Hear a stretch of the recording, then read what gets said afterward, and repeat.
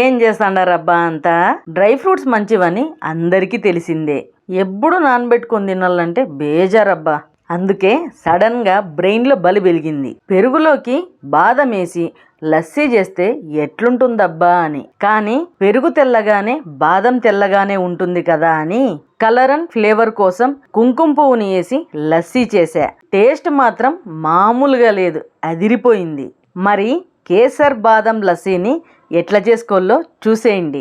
Mixie jar తీసుకోండి. దీనికి juice jar కాకుండా చట్నీ జార్ని తీసుకోండి. ఎందుకంటే బాదం ముక్కలు మెత్తగా నలగాలి కాబట్టి. జ్యూస్ జార్లో పలుకులుగా ఉండిపోతుంది.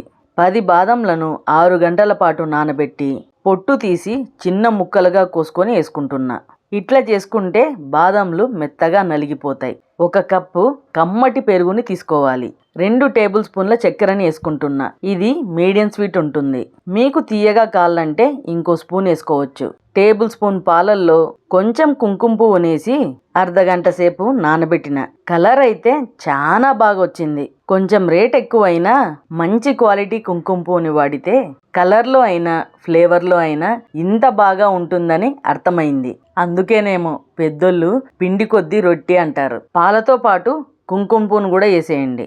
లస్సీని స్పెషల్గా చేస్తున్నా కదా, టేస్ట్లోనే కాకుండా మంచి స్మెల్ వస్తే బాగుంటుందని కిచెన్ అంతా ఎతికితే రోజ్ ఎసెన్స్ దొరికింది. దీన్ని 2 లేదా 3 డ్రాప్లు వేసుకుంటే సరిపోతుంది. మీ దగ్గర రోజ్ వాటర్ ఉన్నా వేసుకోవచ్చు.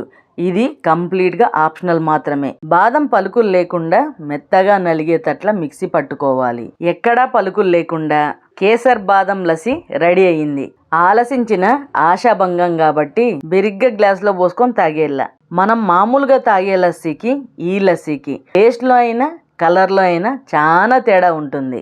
కొన్ని రెసిపీస్ ఎట్లుంటాయంటే ఏదో ట్రై చేద్దామని చేస్తాం, కానీ టేస్ట్ చేసినాక ఏముందిరా అంటాం. ఇంకో గ్లాస్ తాగాలనిపిస్తుంది. ఇది కూడా అట్లాంటిదే. చూస్తానే కేసర్ బాదం లస్సీ అని తెలియాలి కాబట్టి గార్నిషింగ్ కోసం కొన్ని బాదం ముక్కలు కుంకుమ పువ్వుని వేసుకుంటున్నా. ఓసారి ట్రై చేసి చూడండి డూడ్, మీకు నచ్చుతుంది.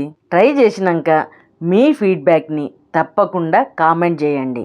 ఈ వీడియో నచ్చినట్లయితే కామెంట్, లైక్, షేర్ చేసి మరిన్ని మంచి వీడియోల కోసం మన ఛానల్ F3 ఫుడ్ ఫన్ ఫెస్టివల్ని సబ్స్క్రైబ్ చేయండి అబ్బా.